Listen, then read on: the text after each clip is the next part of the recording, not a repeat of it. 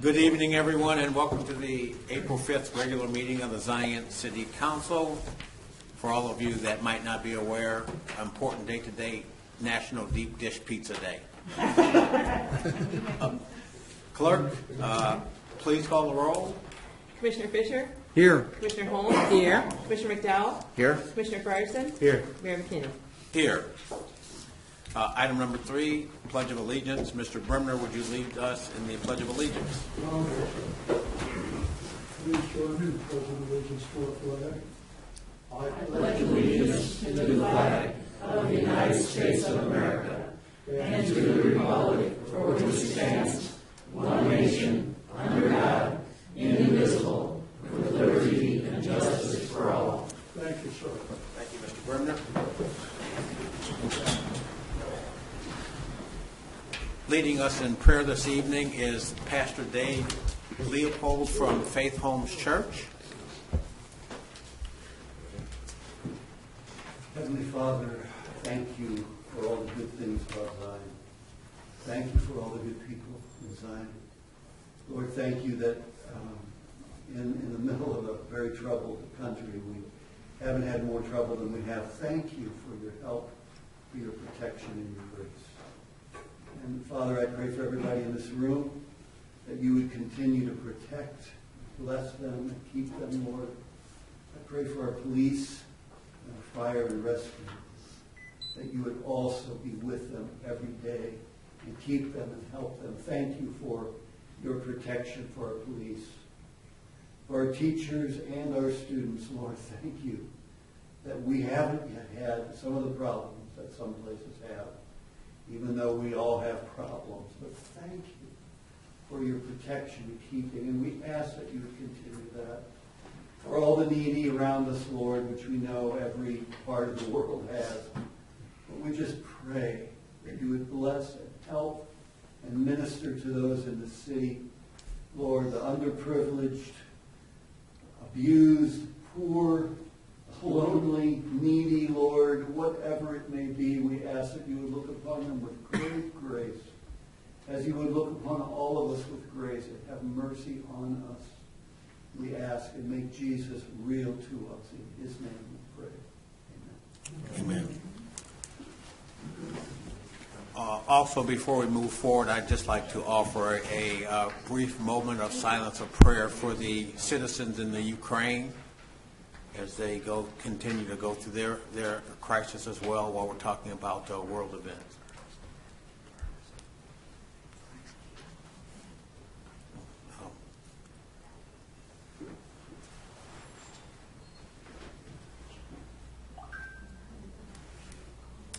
Thank you.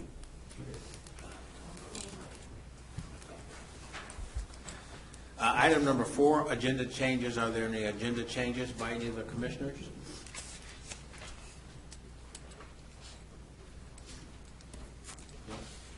If not, is there a motion to accept the agenda as presented? So moved. Motion by McDowell. Second. Second by Frierson and an echo by Holmes. Clerk, please call the roll. Commissioner Fisher? Aye. Commissioner Holmes? Aye. Commissioner McDowell? Aye. Commissioner Frierson? Aye. Mayor McKinney? Aye. Motion carries.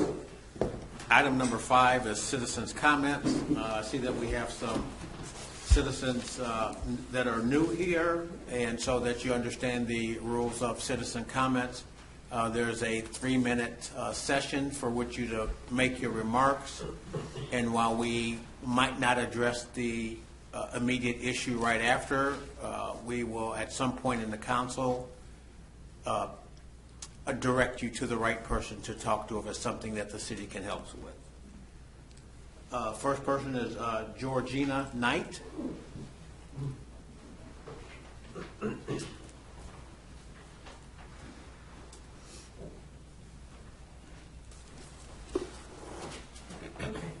nervous, so if I speak funny, Just take a deep breath. You're talking amongst friends. I won't look at them. Anyway, I am and still am right now the dog instructor for the park district. I think I know Mike from the church and that. But anyway, I'll make a few comments and then, if other people, I don't know if you all know that the park district has asked us to, the students and myself, to, get out of that building that we're in because they want to use it for maintenance. I don't know if you all know that. There is no other building, the old one they were gonna tear down and everything, that's what I heard. The students and I like that building, it's great, but what I think I should ask you folks for is if anyone here knows of another building that we can get into. Right here. More pages. Sorry. Here's a list of all the places that I have gone and or called, and some of the students have done the same thing of calling places to see if they have a place that we could go and do our, mostly it's agility, I don't know if you know what that is, tunnels, teeter-totter, stuff like that. Most of the students, I've gone to a bunch, one place I went to go to, and they said, oh no, they're closing this week, and I'm like, darn, I missed out on that one too. But a whole bunch of places, that we have gone to and called and everything. I found out this afternoon what the real reason is why they want us to get out of that building, and they're giving us some time to get out. But, still would be nice if we could keep that building. It's out in Jordan Park, if you're familiar with that. So I found out the reason, and the reason was that it wasn't just against me as the teacher, it was the park district needs another building because they're tearing their old one down. So I felt in the beginning when I talked to someone from the park district that, it was against me that I wasn't doing something right. But after all these years, 21 years of teaching for them, I have gotten 21 years of students that, well, I can name a bunch of people here that, have had dogs that have become champions and everything through this program.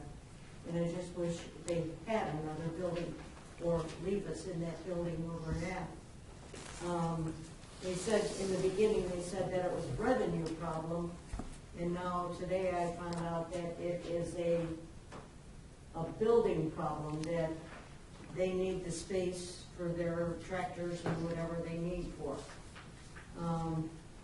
So there's many students that, have titles and everything.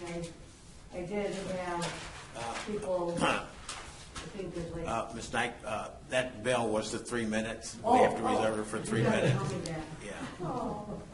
These are all petitions saying that we want that building. But who is next on your list? Mary Lou Hildebrandt.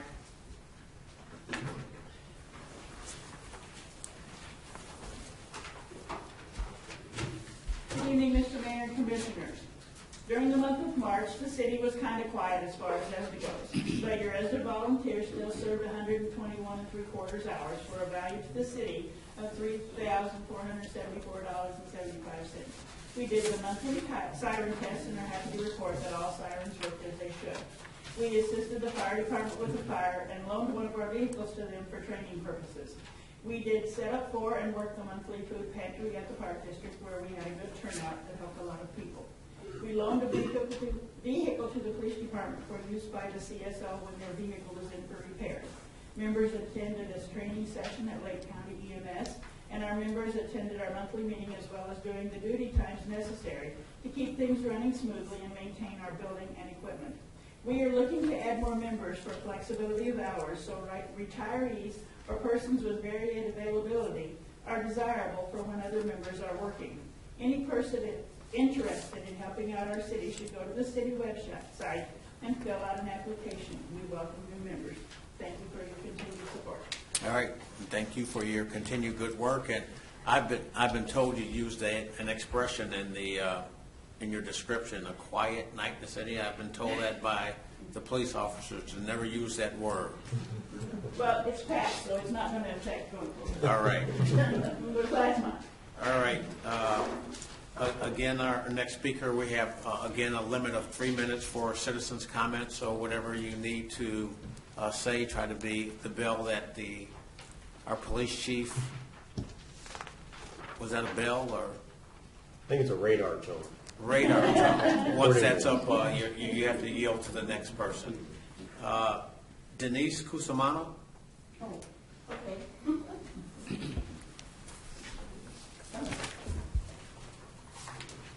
Hello, thank you that we can address you. I'm here in support of Georgine Knight for the agility and dog obedience classes at the Park District. We just felt that we would like to come forward and just let you all know that she has been an instructor there for over 20 years. I've been going there for over 15. It serves the community, not just Zion, but outside. People can come from out of district to get revenue. It's for all ages. It's very diverse, men and women. And we managed to come through COVID. Going there, it was very helpful for the community. It's a lot of social interaction for a lot of people that maybe sometimes don't even get out. But they come here to a dog class and they socialize. And when we heard just one day before our class that it was going to be stopped, there was only going to be one more session of 10 weeks, we didn't even get any answers. So we just wanted to come here to maybe let someone know how we feel. We plan on going to the Park District meeting in a couple weeks. But when we found out it was the same day as their meeting, and we were already in class, we couldn't make it. And we've emailed some of the people at the Park District, but we get very limited answer. They need the building. I can understand that's for garage. But we would just hope for a little help and understanding. We may be trying to find another building or another venue. And just let everyone realize how important this is to a lot of people in the surrounding area. So I thank you for your time. Okay. Thank you. All right. Dennis Cusimano? Hey, Mr. Mayor. Good. That's my wife. That was my I was wife. wondering if there was a connection. Yeah, we've used the voting board here a couple times. But anyways, we are one of the owners of one of the champion agility dogs, UKC champion. They just started it last summer. I have utilized the Park District's dog training program since about 1990, maybe 91. That's over 30 years. Initially, it was in the basement of the old library. I don't know if that's available or if that can even be something to think about for the Park District. I don't know the circumstances of it. But this is something that, like my wife said, people from the surrounding area, from Kenosha, Pleasant Prairie, Winter Harbor, Beach Park, they utilize this class because it's close by, it's reasonably priced, besides the fact that it's a lot of fun. And out of it have come quite a few champions, and that's something that we're proud of. Georgine's very proud of, and it reflects back on the facility that we were able to use and train our dogs with. And I hope you can look at this with an open mind. I know it really doesn't concern you people as much as we would like it to, but we just wanted to make you aware of it. Like I said, I've been utilizing it for over 30 years, and it's really a lot of fun. You know, even some young kids use the obedience class, and it's to a point to each other. And thank you for your time. And have a good day. All right, thank you. Richard Herbert?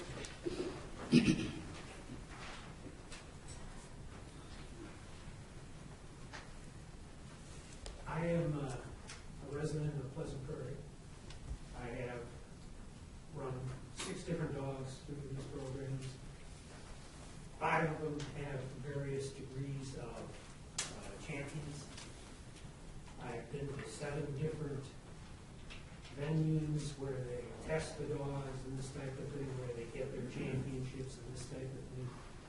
The community, I constantly play up this program. There aren't a lot of park districts where these type of availabilities in existence.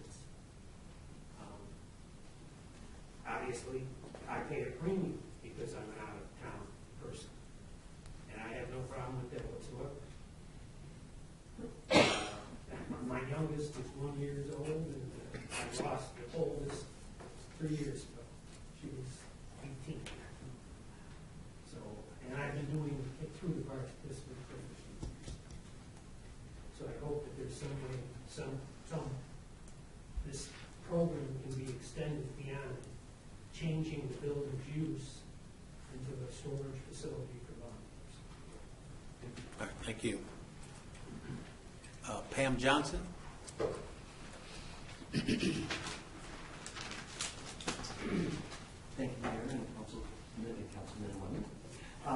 I also am here to represent dog owners who have their canines enrolled in Georgine's program. I think the central question here is the Park District disbanding this program, no longer support it in terms of administrative sign-up, that sort of thing? Is that what is happening here? Because those people that spoke before me and many, many more will follow Georgine in whatever program she decides to create. She's been doing this for 21 years. Obviously, it's been lucrative in some fashion for the city of Zion to maintain this program, or you wouldn't have done it.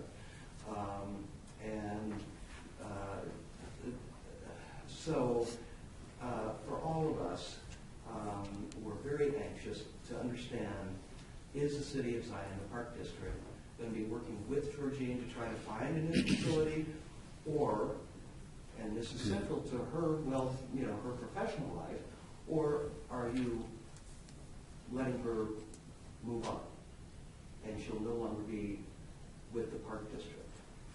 Because she has to make a decision in her life. She has a profession, and it takes a long time to set up a new business if indeed she's not going to be part of the Park District. So I think that's really what it comes down to. So thank you for your time. Okay, thank you. I'll make a brief comment here. First and foremost, I thank all of you for your comments and coming here this evening. I had met with Georgina on Friday, and she voiced her concerns. And as I told her, the city of Zion and the Park District are two separate entities. So we don't have any jurisdiction over what the Park District does. We do have a good relationship with the executive director there and the employees there. And as far as the city's involvement, we can't tell them what to do with their property. But the other thing that we are, as I told Georgina, we will talk with someone in our office, as I did Friday after our meeting, about possible buildings that might be available throughout the city of Zion. And that's the extent of it as to what we can do. And our economic development director, who I talked with immediately after our meeting, would be the person that would know what buildings are available in town, and there would be some more specifics that she would need to get from you. So we will reach out. Our city attorney said that he will reach out with you or Georgina after the meeting or at some future time. Is that all for cities? These are all the people that are signed up for citizen comments. Are there any other people that are signed up? If that, we'll go to item number 6, which is consent agenda. Approval of minutes of a regular meeting held on March 15th, 2022 at 7 p.m. Approval but not release of closed session minutes of a meeting held on March 15th, 2022 at 7:51 p.m. Is there a motion to approve the minutes? So moved. Second. Motion by McDowell, second by Frierson. Clerk, please call the roll. Commissioner Fisher? Aye. Commissioner Holmes? Aye. Commissioner McDowell? Aye. Commissioner Fryerson? Aye. Mayor McKinney? Aye, motion carries. Bills, vouchers 137015 through 137223, drawn on Huntington National Bank, $1,505,040.88. Is there a motion to approve the bills? I'll move to approve the bills. Motion by Fisher, Second. second by McDowell. Clerk, please call the roll. Commissioner Fisher? Aye. Commissioner Holmes? Aye. Commissioner McDowell? Aye. Commissioner Fryerson? Aye. Mayor McKinney? Aye, motion carries. Item 7, consider passing ordinances as follows. A, approving the execution of an emergency operations plan for the city of Zion per Chief Street. Given that he is not here this evening, that task will be handed over to Commissioner Frierson. Sure. This was a pretty extensive operation plan, so provided that we have no statutory requirement to approve tonight, I'm requesting that we move this to the next meeting. So that's my motion, that we move the approval of the plan until next meeting. I'll second that motion. All right, motion by Frierson to move this agenda item to the next meeting, and second by Fisher. Clerk, please call the roll. Commissioner Fisher? Aye. Commissioner Holmes? Aye. Commissioner McDowell? Aye. Commissioner Fryerson? Aye. Mayor McKinney? Aye, motion carries. Item 7B, authorizing and improving a certain early voting site agreement between the City of Zion and the County of Lake per Administrator Nagel. Thank you, Mayor and Commissioners. Every year we have to enter an agreement with Lake County. It's kind of a statutory obligation that we have as a municipality to be a early voting site. This agreement just spells out the parameters of how we'll operate as the facilities for early voting. The county actually is the one that handles all voting. They staff it with volunteers. They're responsible for the oversight of all. We're just a location. Like I said, all the parameters for operations are spelled out in this. For June, I think it's June, if we had a primary, which we typically do not have primaries at City Hall, but 15 days before June 28th for the general primary, and then 15 days before November 8th of 2022 for the general election. So I would recommend we approve the early voting site agreement as presented. Is there a motion to approve the early voting site agreement? So moved. Second. Motion by Frierson, second by Holmes. And just a note for all of our residents or people that will come here for the voting site. During the last election, there were some complaints about the voting site. The City of Zion does not run the site. We offer the site through Lake County, and they are responsible for the operations of the site itself. And during the last election, of course, there are a lot of people coming here to vote. There were very long lines, and we had to go out and talk to the people. They were saying that the city should be doing X, Y, and Z. We just rent the space to them. We let them use the space. They run everything. So if there's any issues with the voting site, those issues should be taken to the county clerk's office, Robert O'Connor. We had a motion and a second. Any additional comments or questions? Clerk, please call the roll. Commissioner Fisher? Aye. Commissioner Holmes? Aye. Commissioner McDowell? Aye. Commissioner Fryerson? Aye. Mayor McKinney? Aye, motion carries. Item 7C, approving and authorizing the publication of the official zoning map of the City of Zion per Director Ianson. Thank you, Your Honor, Commissioners. This year we had some minor corrections to the zoning map. A misprint for Trumpet Park changing from light manufacturing to general industrial, and a zoning change for residential parcel from R5 to R4. Staff is recommending that we adopt the zoning map with corrections. Is there a motion to adopt the zoning map with corrections? So moved. Motion by Holmes, Second. second by McDowell. Questions, comments? Clerk, please call the roll. Commissioner Fisher? Aye. Commissioner Holmes? Aye. Commissioner McDowell? Aye. Commissioner Fryerson? Aye. Mayor McKinney? Aye, motion carries. Item 7D, authorizing and approving an agreement between the City of Zion and Stannard and Associates, Inc. per Chief Barton. Thank you, Mayor and Commissioners. Good evening. The current police officer initial eligibility list has been exhausted. We're required to maintain a valid new entry list for the state statutes. Standard and Associates has been the city's preferred vendor and has agreed to provide testing services. I have reviewed the attached contract for Standard and Associates. They've agreed to hold the contract fee flat at $1,500 for this testing cycle. Whatever monies are received through the applicant fees would be returned to that cost to the city. I respectfully request that we enter into a contract with Standard and Associates for testing services. Is there a motion to approve the agreement between the City of Zion and Standard and Associates? I'll make that motion. Motion by Frierson, Second? second by McDowell. Questions or comments? Clerk, please call the roll. Commissioner Fisher? Aye. Commissioner Holmes? Aye. Commissioner McDowell? Aye. Commissioner Fryerson? Aye. Mayor McKinney? Aye, motion carries. Item 8A, discussion, authorization, and approval. 8A is consider approving budgets for Street and Bridge Fund, that's 1.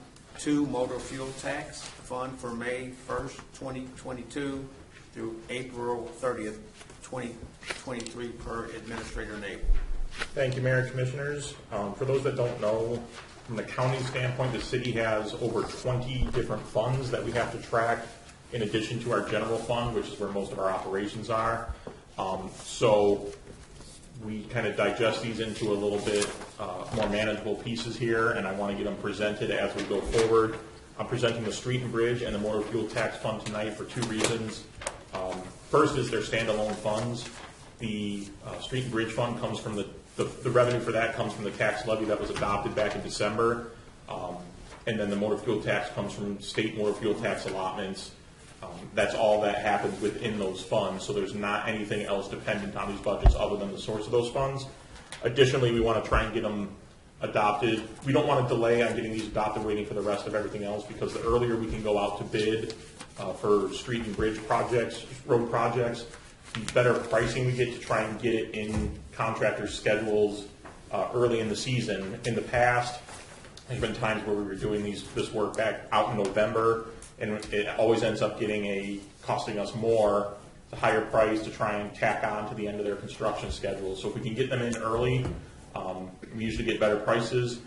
This year, as everyone knows, the prices are up in the air on a lot of this, between materials, staffing for contractors, and whether they can even get their equipment, parts, things like that. It's very difficult, not just for city, but these contractors to get this. So we try to reflect some of that in here, and I'm just going to hit a couple highlights here. I'll start with the Street and Bridge Fund. The general property tax is the same, $217,000 as prior year. We didn't change the levy for that. However, we do have $147,600 of grant revenue. That funding comes from Community Development Block Grant Fund, CDBG, you may have heard. Because of the timing of the award of the CDBG funding last year, as well as timing for us to be able to go out to bid, we're actually doing 2 years of sidewalk programs, last year's grant and this year's award, both in 1 year. So that's why you see that number spike up to $147,600. If you go down to expenses, really the only major changes have to do with that double year of the sidewalk program. We do have a match portion that we have to put in. So you'll see that the match of our local funds is $82,400. So that's a good portion of the funding from those property taxes going there. We also have had a lot of traffic knockdowns, pole knockdowns during the year due to traffic accidents. So we've actually had to double that amount. We only had $25,000 to replace funds in this current fiscal year, which ends in April. We have 4 knockdowns that are going to be happening that we're going to have to replace starting after May 1st, and then our usual budget that we put of $25,000. So we doubled the budget for that, and to try and address what's still outstanding and any new ones. So that went from 25 to 50, and then you'll see a new line in here, the Hma Patching Program. Probably 3 or 4 years ago, we increased the patching in the motor fuel tax fund, which we'll talk about, from $150,000 to $200,000. We have desperate need on our streets. We can't always do large stretches of street replacements. What we do is large-scale patching, however, to address a lot of erosion, potholes, and maintenance issues. So we expanded that program from 150,000 to 200,000. You'll see that 200,000 still in the motor fuel tax fund, but this year we're putting an extra 45,000 out of street and bridge because we expect that the prices are going to probably be up 25% from prior years, and rather than reduce the amount of square footage that we do with the program to keep the 200,000 the same, we're trying to supplement that program with street and bridge dollars so that we at least get the same square footage because that program's been very successful for us in the past. So that's the large changes from prior year budget. So I would recommend the approval of the street and bridge budget for fiscal year 23 as presented. And before I move to motor fuel tax, if you have any questions, I'd be happy to address them now. I do have a question of the knockdown. Are those accidents? Yes. Is that, those are largely accidents, and it's very expensive to replace a pole, a traffic signal knockdown, lights. We typically get a fraction of that cost back from insurance if we get anything at all. So, you know, we probably get about 20% recovery for the cost of those. So the rest we have to pay out of our funding. Is the recovery from the insurance, is that from the city's insurance, or is that? No, it's recovery from the individual's insurance. Okay, that's what I was wanting to know. Yeah. Okay. Any other questions? I think the only other question was about the line item for annual street alley project. Can you talk about the thinking behind that? Is that? Yeah, we used to do 250,000 and trying to earmark an alley project, but now the cost of doing an alley has just been astronomical. I mean, we're seeing $400,000 to $700,000 for an alley, so a $250,000 alley project just doesn't cut it. You'll see at the end of this budget, we do have a $200,000 fund balance, basically a reserve budgeted that will carry over into subsequent years. Part of that is street and bridge gives us a lot more flexibility in motor fuel tax. So let's say we have projects that come in a little over budget. Rather than scrap some of the project, we can utilize street and bridge to supplement that. But if things come in as we project, we'd have 200,000 carry over, and then we kind of alternate projects by year. So 200 carry over, another 200,000 next year. We could do an alley project rather than, if you do 250,000, a lot of the times a big chunk of that project is deployment of the contractors. So just them bringing out all the equipment, doing materials, all that stuff has kind of a fixed cost to it, where you're really only getting a small amount of actual alley replacement done for those dollars. So we try and get a bigger bang for the buck by saving up for a year, doing a larger project in the next year, and we can get more coverage for those dollars. All right, thank you. Sure. Any additional questions or comments before Dave moves on, or do we need to make a motion to approve this portion first? I think we could do them both as a single budget. Yeah. Unless somebody opposes one or the other, then they can make a motion for one or the other side. So motor fuel tax, as I said, that comes from motor fuel taxes on fuel sold within the state. We get a per capita dollar amount based on our population. That's why I was really pushing the census hard when that was going on, because the more people that report, the more money we get from motor fuel tax. And that stays here rather than other communities in Illinois. Sorry to them, but when it comes to fighting for dollars, my priority's here.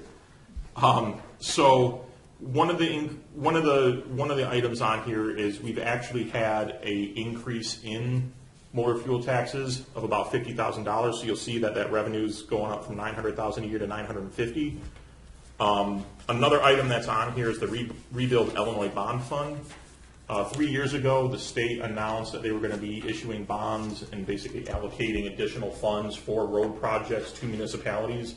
We get $536,000 a year for those 3 years, which has allowed us to do a lot of street work over the past 3 years. I would like to note that this budgeted amount for next year is the last installment. This year 3 of 3. I'm listening closely, hoping that they might be extending that program, but as they debate their budget, I can't guarantee that, but that's an issue for next year. As I said, the patching program, we kept the same dollar amount. We're trying to supplement to make sure we get the same coverage with the street and bridge. Our salt budget stayed the same at $150,000. We do have budgeted in here the 2021 road program, which was already presented to council. We have $383,696 budgeted coming from that. We also have the 27th Street FAU STP construction and observation, and that actually was accelerated. I want to say it was in 25 that it was planned for, but it was accelerated with some of the infrastructure dollars that came out.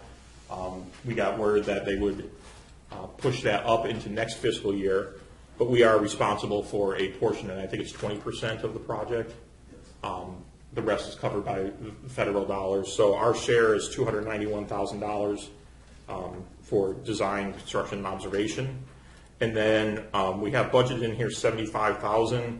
What that's for is just kind of an unnamed design cost, because we have found it very beneficial to basically have a designed project on the shelf ready to go. A lot of times when you have funding come through, grant announcements, things of that nature, it becomes a hurry up and wait, where the federal government or the state says, hey, we've got a grant program, but you need to submit your application within 2 weeks. Well, to create a design project, you can't get done in 2 weeks.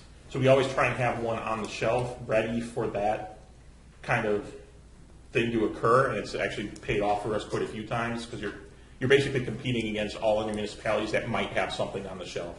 You don't have it, you just miss out on that funding. If we don't use it, then that basically comes into play for our next project that we're going to pay for ourselves, and then we get another one kind of ahead to plan ahead. So that's the $75,000. The Rebuild Illinois project, that's part of the road program. We just separate that out here. So when you have the $383,696 that we pay for, there's $536,304 of additional costs for the road program that comes out of that Rebuild Illinois fund. And then our streetlights and tree maintenance, and then a general maintenance allocation for, general road striping maintenance, repairs. Oh, that's the traffic signals maintenance? Yeah. But that's like $5,000. I do have a note on the bottom. So we're basically using up all of our MFT for a lot of projects next year. We'll end up with a fund balance of about $54,000 at the end of the year. I do have a note on there that may end up at $112,898, because for the FAU program, we basically have to pay costs up front, and then once the program, for the design and engineering, and then once the program is done, they'll reimburse us. But in the past, that's been a year and a half, 2 years for reimbursement from the state. But because some of the timelines on these infrastructure dollars are a lot more condensed, we may see $60,000 reimbursement coming in during the fiscal year. But we're not planning anything for that. That would just go into a carryover balance for next year. But we're leaving a little bit of a cushion there. So I recommend the approval of the MFT budget as presented as well. All right. Just a question. David, could you give us some of your thinking on the reduction for streetlights and trees? That's just kind of a reduction of actuals. We had spikes because we had a lot of dead trees, we had a lot of problems, we had a lot of down trees in recent years. We're starting to not have, unless there's like another emerald ash borer situation or something like that, which I just jinxed us probably, but we should see that more in the normal range now. Okay, thank you. If I may, Dave. Yeah. Also, all the city streetlights were converted over to LEDs this year. So it's roughly right around 900 streetlights that the city owns that we had to pay power on. So we're kind of anticipating some savings there.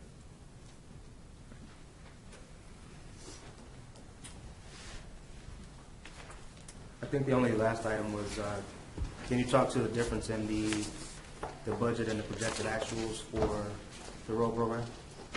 And MFT? Yes. So that was the Payne and Dolan project, correct, Ray? That we paid in this year. So we budgeted in fiscal year 21. We had a street program that we did that there was some on final inspections. We basically had to delay while we negotiated with the contractor to get it corrected and resolved. We budgeted in 21 for that project. However, the expenses didn't get resolved until the current fiscal year. So when we approved fiscal year 22's budget, we didn't anticipate that this was going to be an issue with that street project. So those expenses, we saved those expenses in fiscal year 21, which is our beginning fund balance here of $787,000. We actually last year only projected about a $300,000 or $400,000 beginning balance. We have a much higher beginning balance because those expenses didn't happen in 21, but we're well in excess of what we budgeted because those rolled over into 22. Got it. Thank you. And Dave, was that the Bethesda Boulevard project? Yep. Okay. Yeah, when we went out there and walked and looked at the Yeah. paving and everything. So, Any additional questions? Do we have a motion? We have a motion. I'll move to approve budgets for Street and Bridge Fund and for motor fuel tax for May 1, 2022 through April 30th, 2023. Motion by Fisher, Second. second by Frierson. Clerk, please call the roll. Commissioner Fisher? Aye. Commissioner Holmes? Aye. Commissioner Dow? Aye. Commissioner Fryerson? Aye. Mayor Mayhew? Aye, motion carried. Item number 8B, consider approval of hotel motax grant application for a Lease Strider per Administrator Nagel. thank you, Mayor and Commissioners. Probably about seven or 8 years ago, we started a program at the city utilizing hotel motel tax funds to try and incentivize events that would promote tourism into the city. The hotel motel taxes are to be used for promotion and tour by the city for promotion tourism, or basically getting heads and beds at local hotels. There's a lot of flexibility in how the city can utilize those funds, but we decided that we would create a grant program to allow other events that want to come to City and make Zion where they're going to hold their event. We would help them by creating a grant program to allow them to do promotion and tourism and advertising for their event to get people here, which is an eligible expense. We use it for Dungeon of Doom. They actually made their permanent home here because of that grant program.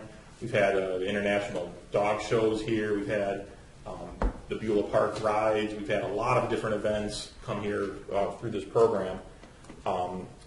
So what we have here is an application from Elite Striders to have their event here on May 14th. We did approve funding in this year's fiscal budget that was unutilized, that'll carry over in the hotel motel tax fund balance to next year. But just know that their event, because their event's happening in May, a lot of these expenses will actually be in next year's budget. But there's not an issue with that for funding. However, their request was for $10,000 for funds for their program. Looking at what they submitted for their budget, there's about $2,000 that looks like it's marketing. I think it came out to $1,820, somewhere around there, for marketing and promotional expenses. We can't pay for salaries and materials, supplies, things like that for the event. So I would recommend that the grant be approved, but at an amount not to exceed $2,000 as presented in their detailed budget. All right, is there a motion? I'll make the motion. I'll second. Motion by McDowell, second by Holmes, echoed by Fisher. And a question by Frierson, Commissioner Frierson. I was actually looking at the application and some of the line items and came up with a slightly larger amount for marketing.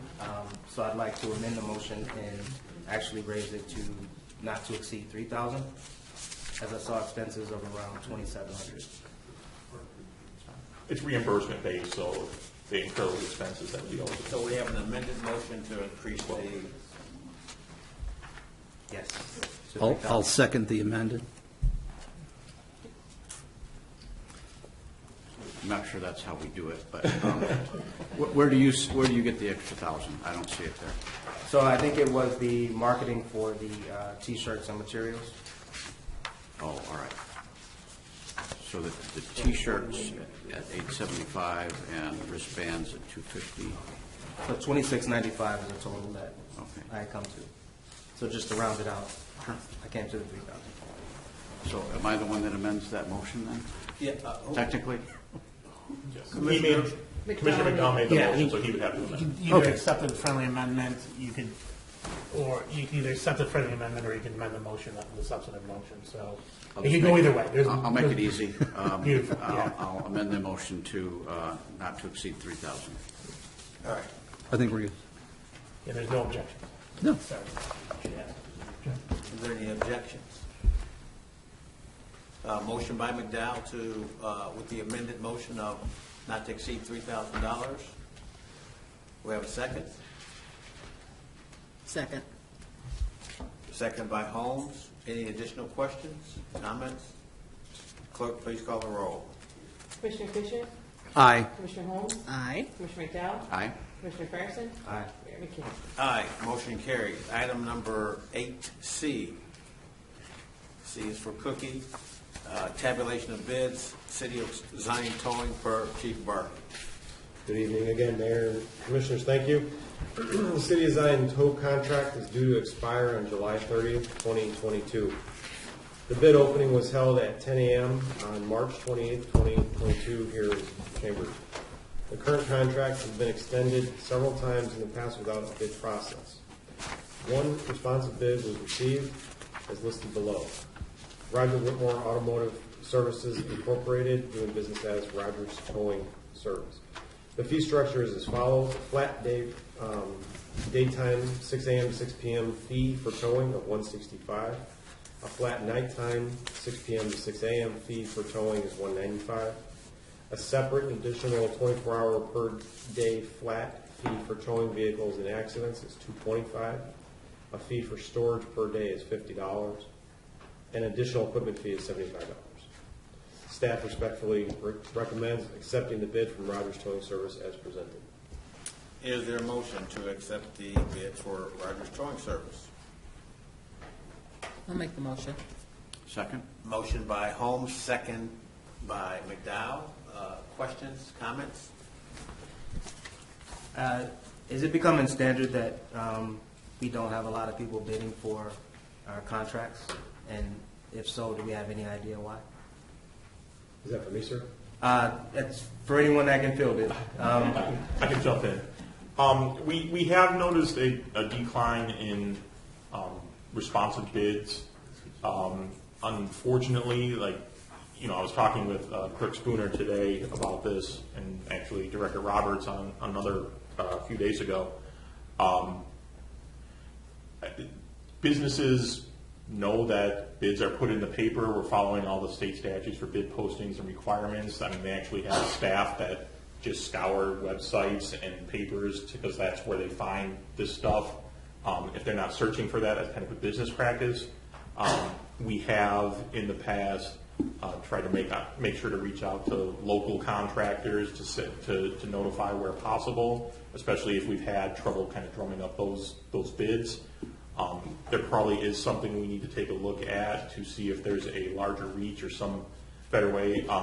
I have a Lake County managers. There's a Lake County managers group. There's about 40 to 45 managers that meet on a quarterly basis, and I do have this on my list for my next meeting with them, just to see, are they having the same issues, the same trends? What are they doing? Are there other sources that they use to publish this that we might be missing out on, to address that going forward, to make sure we're getting good competitive bids? Not that we're not getting good bids and good pricing, but Well, it's only one person requesting them. right. Right, so Okay, thank you. sure. We had a motion and a second, if I'm correct. Any more additional questions? Clerk, please call the roll. Commissioner Fisher? Aye. Commissioner Holmes? Aye. Commissioner McDowell? Aye. Commissioner Fryerson? Aye. Mayor McKinney? Aye, motion carries. Item number 9, departmental comment. Director Ianson. Thank you, Your Honor. Now that we're in the rainy season, I just want to ask everybody to take a few minutes to check for the sump pump discharging. Last couple of weeks, we've seen some calls regarding discharging on neighboring property or on city property, so if we take a few minutes to make sure it's discharging on the property. Thank you, Director Ianson. Director Roberts? Thank you, sir. I got a couple of announcements. The first one, Lake County Department of Transportation has updated the ride to Lake County is now open for registration. The actual riding program will not start until May 1st. However, individuals will be able to contact Lake County to sign up. They're encouraged to sign up first. That way they can see what areas and what types of rides they're looking for. This program is designed strictly for seniors age 60 plus and people with disabilities. You can go to the website and it'll show you a reduced fee cost. There is a little bit of a cost for where they're going. It's dependent on the distances. That information can also be found on Lake County's website themselves. The second announcement I would like to make is we have talked to our contractor, Waste Management, and we're scheduling our leaf vacuuming program for spring. That will start Monday, April 18th, and run for 2 weeks through Friday, April 29th. So that'll give all residents 2 pickups. It'll be picked up on their trash day. However, I'd like to remind residents if there's sticks, trash within those leaf piles, they will not vacuum those up. So we'll make sure the piles are free of debris. And if you have a car parked on it, they're going to bypass it. You will have to contact them and see if they will come back. Normally they do not circle back around. April 1st also started their bagging program. So if you want to bag the leaves, wrap up your limbs, they have started picking those up. And that runs through November 30th. November 30th. Yes. And with the vacuuming of the leaves too, I think one of the other items that needs to be brought to focus, if they're going to rake their leaves, they should be in the parkway and not in the street. Yes, that's on my note. Highlighted. And I think that was, I think you sent that over and we put that out on the respective. That's on the website. On the website and some of the Facebook pages as well. Yeah. I didn't do that. Yeah, I took the initiative and had the people put that out on the Facebook pages so that our residents are aware, because one of the things that I've seen over the last several years is people will rake their leaves and they leave them in the street when we've asked them to make sure that they are on the parkway. So, thank you. Chief Barton? Good evening, Mayor. Again, thank you. Just a couple things. We hired 2 new officers just the other day, swore those guys in, Eric Guadarrama Olay and Stephen Corcuse. Excited to have those 2 fellows on board, and they will be attending the academy shortly. With council's approval tonight, we will be starting the testing process again, so I just want to put that out there. If you know anybody or are interested in being a police officer here in town yourself, we will be getting that link set up. It's through applytoserve.com through Standard and Associates website, so you'll be able to find our agency there. And I just wanted to talk about a couple things. Crime Stoppers, again, 847-662-2222. If you see something, you want to say something, you can do that anonymously through them. And I will tell you, to a lot of praise of the men and women at the police department again, to date we've recovered 29 guns from the streets. Last year was almost 80 guns off the street. So, that's in part from some of those contacts we've gotten from Crime Stoppers, but also the hard work that the men and women of the police department have been doing to make this community safer. So, if you see somebody out there, you want to say hi, wave to them, just use all your fingers and say hi.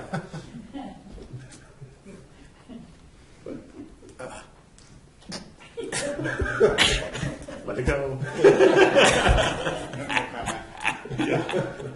Hey, Chief, could you talk a little bit about the new districting programs that we have with the sergeant, so that residents in their districts can reach out and talk to their district sergeants if there's an issue within their district? Yeah, of course. So A while back, we redistricted the city. We have 4 districts, zones, or whatever you want to call them. And each of those districts has a sergeant that's assigned to that district. We have officers assigned to those districts as well. But the contact information that you'll see on our Facebook page and the city website is for those sergeants. So if you look on the city map that's on the website or on the Facebook page, you can find out where you live and what district is corresponding.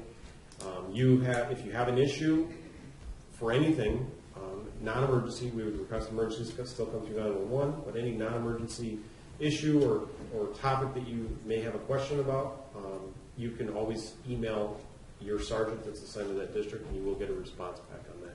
We've had a number of people send information into the sergeants regarding some officers' conduct that they were very happy with and provided some praise on, so it was very nice to make that available and get some of that feedback. But it doesn't always have to be positive. If you have an issue about something in the city, you don't know who to call or contact or where to call, those sergeants will forward it to me and we'll get it to the right individuals.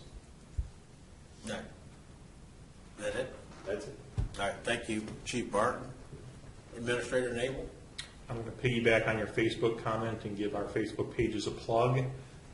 And then I'm going to ask you to follow there because I'm going to be putting stuff on there that I'm going to be asking you to take action on. So we have a City of Zion government Facebook page. I also have a City of Zion administrator page, which messages go straight to me on that I post information on. But recently, IML, Illinois Municipal League, that's an organization that we're a member of, and the mayor's been actually very involved with. They're advocates for all municipalities, basically lobbying for legislation for or against the interest of municipalities. They're constantly working on our behalf for that stuff to move us forward. We work with a lot of our elected officials, our state legislators, federal legislators, to try and make sure they support the things we want, oppose the things they don't. But ultimately, they listen to you probably more than they listen to us. Squeaky wheel gets the grease with them. Those translate into votes, and that gets them to pay attention. So I will probably be starting to put Illinois Municipal League updates on the Facebook pages, and then probably our website as well, wherever there's a kind of call for action from the public to say, please reach out to your legislators. Here's how. Here's what this is about. Feel free to obviously read the legislation. I'm not going to just blindly tell you support this, don't support this. But because if we can get the community active and let them know we matter here in the corner of Illinois, pay attention, that drives more of our needs into their minds, funding, whatever the case may be, gets them to pay attention up here. So if we can get the public involved, they know they need to pay attention up here and that we're not forgotten. So that's where I'll be starting to put updates for IML legislation, asking for calls to action from the public. Thank you, Administrator Nabel. Commissioner McDowell? Mayor, I just wanted to mention that this is going to be the 75th season and the last season of the Zion Passion Play.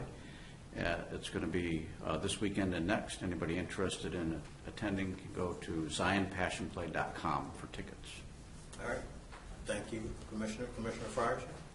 Yeah, I'll piggyback on the chief's comments about the communication from residents to the sergeants, and then also just the officers. And then also kudos to our officers. I've noticed that they've taken up the encouragement of making the contact with residents in a non-enforcement type of way. And I think it really starts to make a difference in the community, and just that interaction, very positive. So keep up the good work on both sides. And like I say, if you have any issues or whether it be good or bad, we'd like to hear that feedback. So thank you. Commissioner Fisher? Nothing particularly for this council except, spring is coming. So everybody get ready. So leave it next season. Yeah.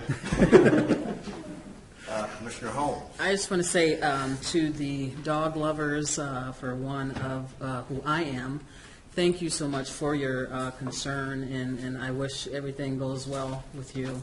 And you know, government, although the City of Zion is a different governing body than the Park District, there is some reciprocity and you know, hoping that, you know, working out for your concern can happen. All right. I guess I'll have a few comments to piggyback off of what Administrator Nabel was talking about, the Illinois Municipal League, which I am one of the vice presidents, I think one of probably 22 or 23 vice presidents for the Illinois Municipal League. And last week, our city attorney and I drove down to Springfield. It's been a couple of days. It was IML Lobby Day. Bad hands, thank you. It was IML Lobby Day. So we spent 3 days down there talking to our state reps about, number one, the local government distributor fund, which was reduced in communities. The percentage of your taxes that should come back to the communities, the Illinois state government took more. And so their focus, the Illinois Municipal League this year, has been to increase that local government distributor fund from 6% to 8%, which would help communities like ours. And it was given that it's budget season right now and they're trying to pass a state budget, a lot of the mayors, there's a lot of support throughout the state for that fund to be created. And we've even suggested some ideas about, if they don't do it all at once, possibly to do it in stages and start out with the communities that are economically challenged like ours. And so State Rep Joyce Mason, who has just been a great advocate of ours, along with Sam Yingling and Senator Bush, had a chance to spend time with them in Springfield last week. So it was a very tough trip, but very productive in making those contacts. And of course, throughout the course of being in the Capitol, just running into so many elected officials that from different areas that we're able to have these conversations with about what we are trying to achieve as mayors and respective city councils throughout the state of Illinois. So the Illinois Municipal League, they just do a tremendous job of being advocates for the municipalities and educating us on how we can even utilize them to get bills passed, get bills killed, but also to promote whatever agenda that's important for our cities. And Lake County, I read an article several years ago, pays the most in property taxes. It's considered one of the wealthiest counties in Illinois, but don't receive as much back from the local distributive government fund, local government distributive fund. So these people work really hard at it, and it's an emphasis.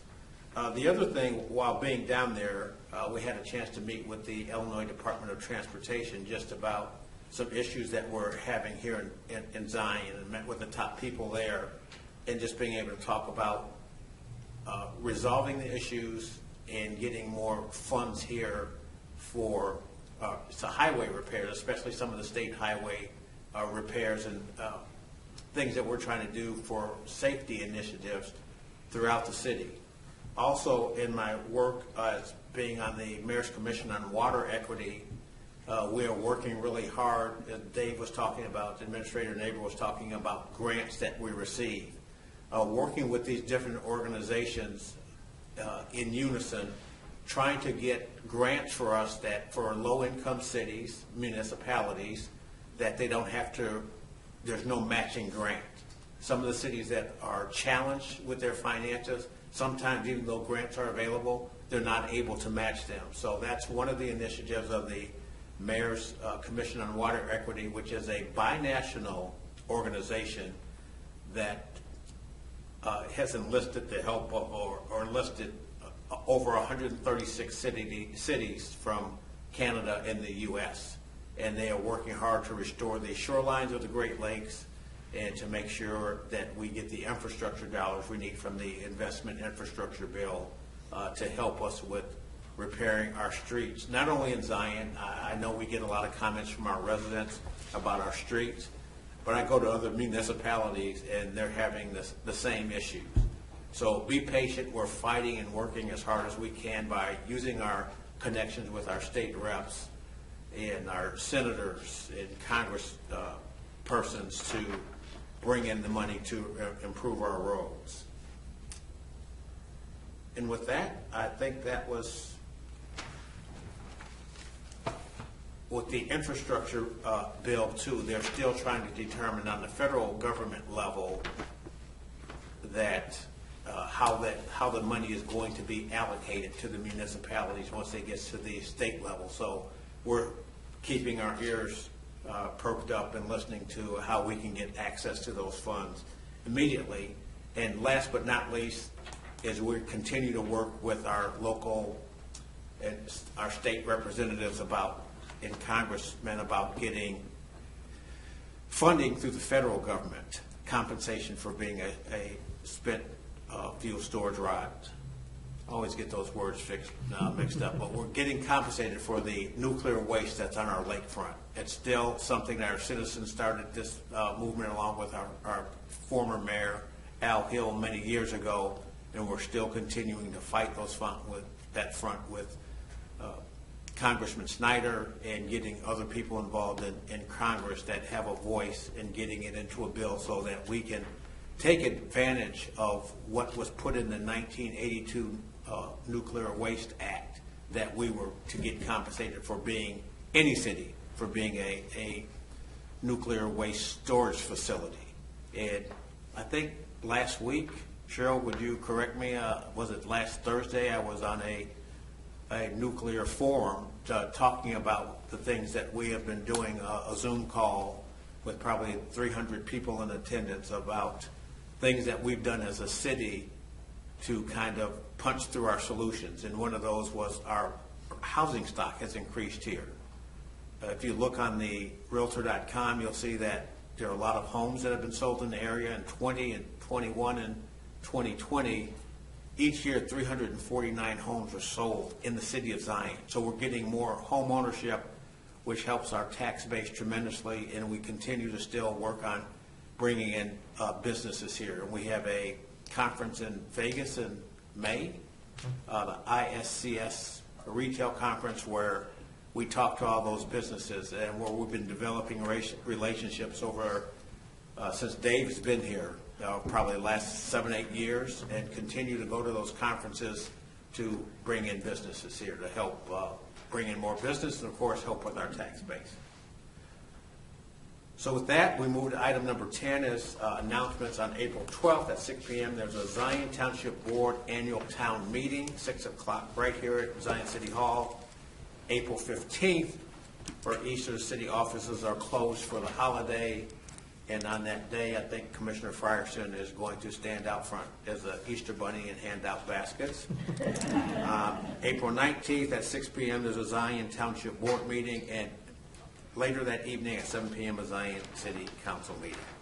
Item number 11 is closed session. Your Honor.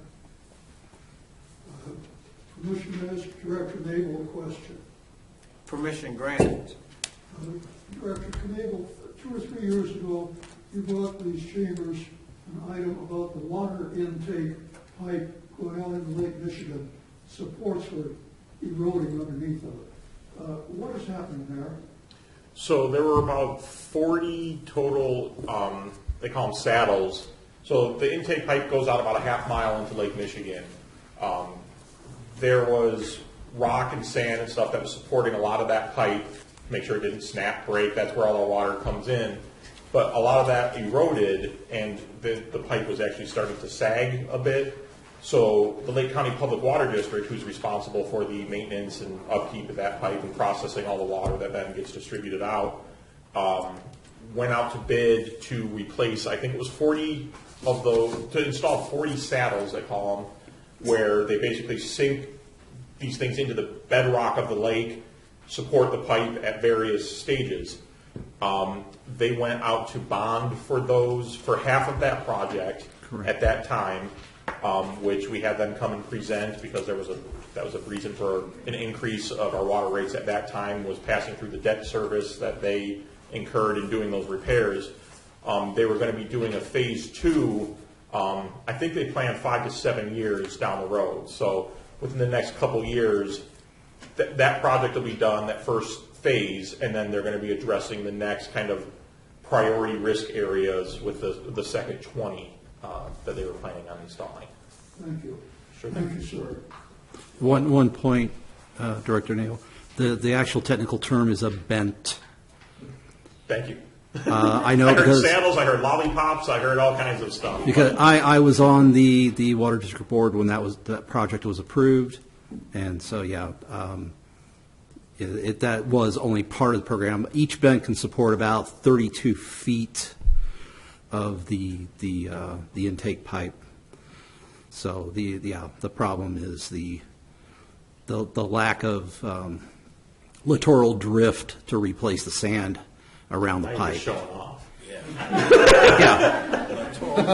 Littoral drift, natural littoral drift, which is blocked by the construction at Winthrop Harbor that created the harbor. Yes. So, Much different than Clark the Toner Tokyo. said spell it. Yeah.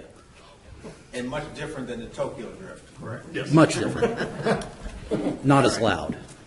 All right, so we don't get bent. Let's move to item number 11, closed session pursuant to 5 ILCS 120/2, open meetings for the discussion of file pending and or probable or imminent litigation, sale or purchase of real estate, collective bargaining, legal counsel, and personnel.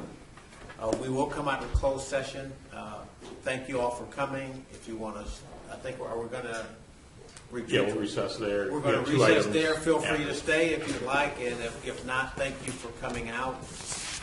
And I know our city attorney, Georgina, was going to have a conversation with you before we go into closed.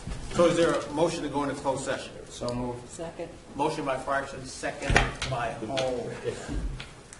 Clerk, please call the roll. Commissioner Fisher? Aye. Commissioner Holmes? Aye. Commissioner McDowell? Aye. Commissioner Fryerson? Aye. Mayor McKinney? Aye. Motion carries to go into closed session. All right,